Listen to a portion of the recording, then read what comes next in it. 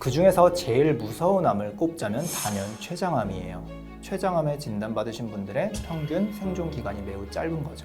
대부분의 건강검진으로 알 수가 없어요. 췌장암 같은 경우는 진단됐을 때 수술을 할 수 없는 단계가 약 70%에서 80%고요. 수술할 수 있는 환자는 20%에 불과합니다. 증상이 느껴져서 병원에 가면 보통 3기 아니면 4기로 진단되는 경우가 많은데요. 그래도 이런 증상이 생기면 반드시 병원에 가야 된다. 이런 거 몇 가지 말씀드려 볼게요.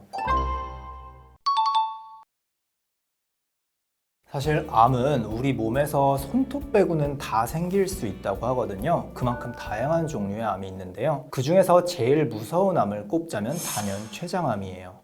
그 이유를 한번 볼게요. 자, 이 그래프를 보시면요. 이거는 각 암종별로 5년 상대 생존율을 나타낸 거예요. 보시면 유독 낮은 그래프가 있는데 이게 췌장암입니다. 다른 암들은 평균 5년 생존율이 약 70%대인 것에 반해서 췌장암은 15%로 확연히 낮아요. 그 이유는 크게 두 가지로 생각해 볼 수 있는데요. 일단 첫 번째는 췌장암은 특히 초반에 증상을 잡기가 어렵습니다. 몸속 깊숙이 숨어있는 장기이기 때문이에요. 췌장은 뱃속 깊숙이 있고요. 대동맥 근처에 붙어 있습니다. 그 앞에 간이나 담도 같은 중요한 장기들이 덮고 있기 때문에 어떤 증상이 나타나기까지 시간이 굉장히 많이 걸려요. 그리고 두 번째는 이 췌장이라는 장기가 워낙 중요하기 때문에 조금만 암이 커져도 합병증이 많이 생긴다는 점이에요. 췌장은 우리 몸의 담도라는 기관을 덮고 있는데 여기를 통해서 담즙이 배출이 되어야 합니다. 담즙이 배출되지 않으면 대표적으로 황달이 생기게 되고요. 이렇게 담즙이 정체되면 간성 혼수라던가 폐혈증까지도 올 수 있기 때문에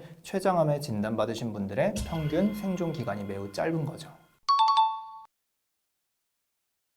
췌장은 되게 깊숙이 있는 장기이기 때문에 증상이 나타나는 시점이 늦어요. 증상이 느껴져서 병원에 가면 보통 3기 아니면 4기로 진단되는 경우가 많은데요. 그래도 이런 증상이 생기면 반드시 병원에 가야 된다. 이런 거 몇 가지 말씀드려 볼게요. 일단 첫 번째 증상은 황달입니다. 췌장은 담도를 둘러싸고 있기 때문에 담즙의 배출과 아주 중요한 관련이 있어요. 몸 안에서 빌리루빈이란 물질이 생기게 되고요. 이게 담도를 통해서 장으로 배출되고 장에서 변에 섞여서 배설하게 됩니다. 그래서 변 색깔이 누런 거예요. 이 빌리루빈이 배출되지 않고 쌓여있게 되면 그때부터 여러 가지 문제가 생기는데요. 대표적인 증상이 황달입니다. 췌장암 크기가 커지게 되면 담즙이 정체되게 되고요. 황달이 생기면서 간성 혼수나 폐혈증 같은 증상도 생길 수 있어요. 두 번째는 체중 감소입니다. 암세포 같은 경우는 정상세포에 비해서 에너지를 10배 이상 많이 소비하기 때문에요. 특별히 다이어트를 하지 않아도 체중이 쭉쭉 빠지게 됩니다. 의학적으로는 평소의 체중보다 5% 이상 빠지면 위험 신호로 보고 있고요.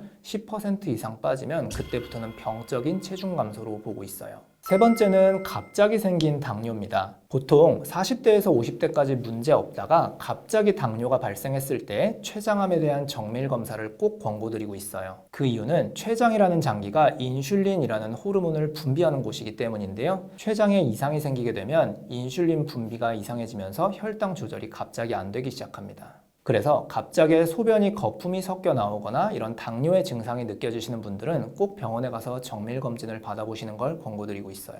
마지막은 명치나 허리 쪽으로 뻗치는 우리한 통증이에요. 췌장이 있는 위치가 대동맥 근처인데요. 이쪽은 등에 있는 감각을 담당하는 신경다발이 지나가는 곳이에요. 췌장암이 점점 커지면서 이 신경다발을 누르게 되면 명치부터 깊은 부위로 통증이 엄청 심하게 느껴지게 됩니다. 신기한 건 이 통증이 복통보다는 등 쪽 통증으로 느껴지는 경우가 많아서요. 많은 사람들이 등 통증으로 정형외과에 가서 진료를 받다가 거기서 췌장암이 진단돼서 오시는 경우도 있다는 거예요. 그래서 만약에 등이나 명치 쪽이 계속 아프다면 그냥 넘기지 마시고 꼭 정밀 검사를 받아보시는 걸 권고드리고 있어요. 사실 제가 말씀드린 증상이 전부 다 췌장암을 의미하는 건 아닐 수 있는데요. 그래도 이런 증상이 느껴질 때가 제일 빠른 것일 수 있으니 꼭 병원에 가보시는 걸 권고드리고 있어요. 일단 췌장암은 진단하기도 어렵고 진단이 되어도 치료하는 것도 매우 어려운 질환입니다. 하나씩 설명드려 볼게요. 일단 대부분의 암들은 국가건강검진에서 조기에 발견할 수 있는 방법이 다 개발되어 있어요. 예를 들어서 위암에 대해서는 위내시경, 대장암은 대장 내시경, 유방암은 유방 엑스레이 이렇게 검사들이 다 나와 있는데요. 췌장은 아까 말씀드렸듯이 정말 깊숙이 숨어 있는 장기이기 때문에 대부분의 건강검진으로 알 수가 없어요. 췌장을 볼 수 있는 방법은 크게 두 가지가 있는데요. 첫 번째는 복부 초음파입니다. 복부 초음파는 배 쪽으로 초음파를 갖다 대서 안쪽에 있는 장기를 보는 건데 대표적으로는 간이나 담도, 담낭을 보는 데 쓰여요. 췌장은 그 안쪽에 숨어 있다고 했잖아요. 그래서 복부 초음파로 보더라도 아주 일부분만 보이게 되는 경우가 있어요. 그리고 췌장은 약 한 뼘 정도 되는 길이에 길쭉하게 생긴 장기인데요. 그 머리 부분은 담도랑 붙어 있기 때문에 초음파로 볼 수 있지만 꼬리 부분은 장 뒤에 숨어 있어서 잘 안 보이는 경우도 있어요. 그래서 건강검진에서 초음파를 찍으면 췌장에 대해서는 항상 제한된 검사다 이렇게 나오고 있어요.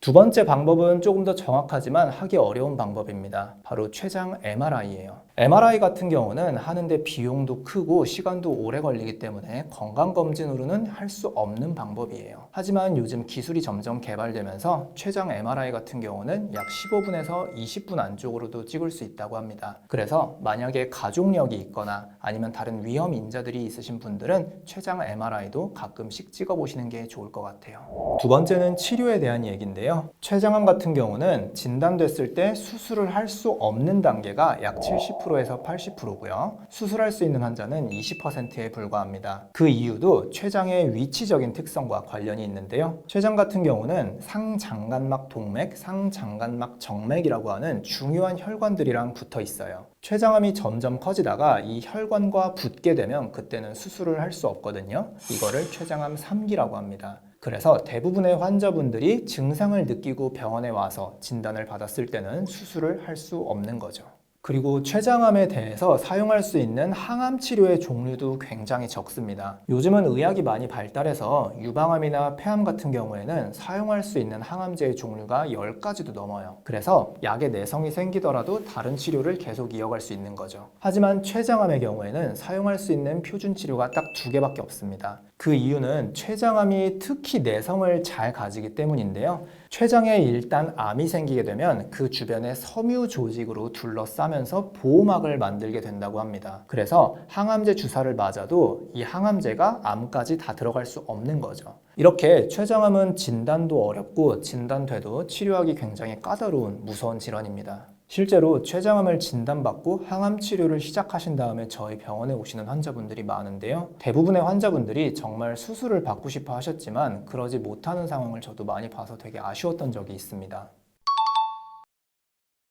조기 검진을 통해서 췌장암을 빨리 발견한 경우가 굉장히 드문데요. 제가 대학병원에서 근무했을 때 이런 환자분을 딱 한 케이스 본 적이 있습니다. 이 환자분 같은 경우는 췌장암을 1기에 발견하셔가지고 PPPD라고 부르는 췌장 절제술을 진행하시고 그러니까 완치 상태가 되신 경우예요. 이분 같은 경우는 평소에 췌장암 가족력이 있었다고 하고요. 그래서 몇십만 원씩 하는 췌장 MRI를 주기적으로 찍으셨다고 합니다. 그 결과 췌장암을 1기에 발견하고 치료할 수 있어서 저도 되게 인상 깊게 봤던 케이스예요. 사실 이런 췌장 MRI를 평소에 계속 찍기는 좀 어려울 수 있어요. 그래서 저는 췌장암의 고위험군인 환자분들은 이런 검사는 꼭 하셔라 이렇게 설명을 드리는데요. 일단 40세가 넘어가신 분들 중에서 흡연이나 음주, 비만, 당뇨 이 중에 하나라도 해당되는 분이 있다면 췌장암의 고위험군입니다. 이런 경우에는 2년에 한 번씩 하시는 국가건강검진에다가 복부 초음파를 꼭 추가하시는 걸 권고드리고 있어요. 앞서 설명드렸듯이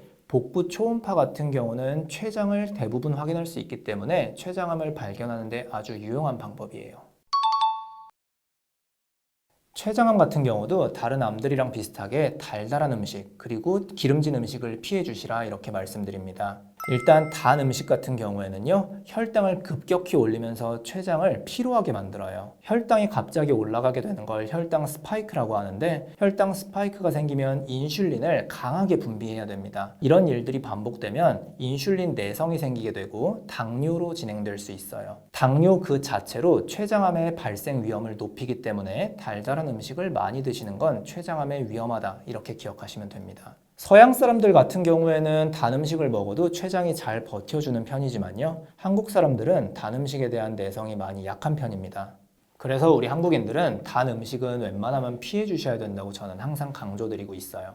두 번째로 기름진 음식 같은 경우는요. 비만 자체가 췌장암의 위험 인자로 작용하기 때문에 안 좋다고 말씀드리기도 하고, 또 지방을 많이 섭취하면 동맥 경화가 생겨서 혈액 순환이 떨어지기 때문에 염증성 환경을 만든다. 그렇기 때문에 췌장암을 유발할 수 있다. 이 정도로 기억하시면 됩니다. 제가 진료하는 환자분들한테 꼭 하는 말이 있는데요. 바로 본인의 병에 대해서는 의사보다도 더 잘 알아야 된다는 거예요. 대부분의 환자분들이 병원에서 시키는 대로 치료를 받고 입원을 하시고 외래를 다니고 하는데요. 그 맥락을 잘 이해하지 못하는 경우가 많습니다. 대학병원 같은 경우는 너무 바쁘기도 해서 이런 걸 물어보기 어려운 환경인 것도 맞아요. 하지만 본인의 병에 대해서 정확히 이해하고 있어야지 내가 어떤 방향으로 가는지 알 수 있고, 그래야 꾸준히 치료를 받을 수 있기 때문에 저는 항상 환자분들한테 공부하라 이렇게 말씀드립니다. 그리고 저는 이걸 위해서 제가 진료보는 환자분들한테 부모님한테 설명드린다 생각하고 정말 성심성의껏 설명드리고 있어요.